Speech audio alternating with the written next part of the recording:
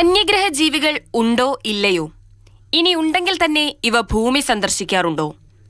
ഇങ്ങനെ തുടങ്ങി നൂറ്റാണ്ടുകളായി മനുഷ്യൻ അന്വേഷിച്ചുകൊണ്ടിരിക്കുന്ന ചോദ്യങ്ങൾക്ക് ഔദ്യോഗികമായി ഉത്തരം പുറത്തുവിട്ട് വാക്ക് പാലിച്ചിരിക്കുകയാണ് American president Donald Trump.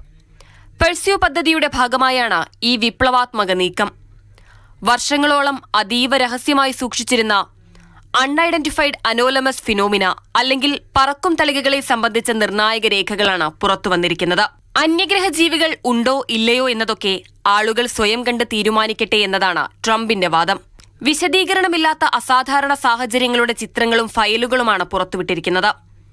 Infrared ചിത്രങ്ങളിൽ യുഎസിന്റെ വിവിധ ഭാഗങ്ങളിൽ ആകാശത്ത് സംശയാസ്പദമായി കണ്ട കറുത്ത കുത്തുകളും ദീർഘവൃത്താകൃതിയിൽ കാണപ്പെട്ട വെങ്കല രൂപവും ഇവയിൽ പ്രധാനപ്പെട്ടതാണ്.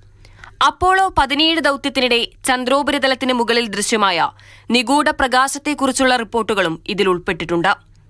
യുഎസ് നാഷണൽ ഇന്റലിജൻസ് ഡയറക്ടറുടെ നേതൃത്വത്തിൽ വരും ദിവസങ്ങളിൽ കൂടുതൽ വിവരങ്ങൾ പുറത്തുവരുമെന്നാണ് സൂചന. ഇവ മനുഷ്യനിർമ്മിതമാണോ അതോ അന്യഗ്രഹങ്ങളിൽ നിന്ന് എത്തുന്നതാണോ എന്ന കാര്യത്തിൽ ശാസ്ത്രലോകം ഇപ്പോഴും ഭിന്നസ്വരത്തിലാണ്.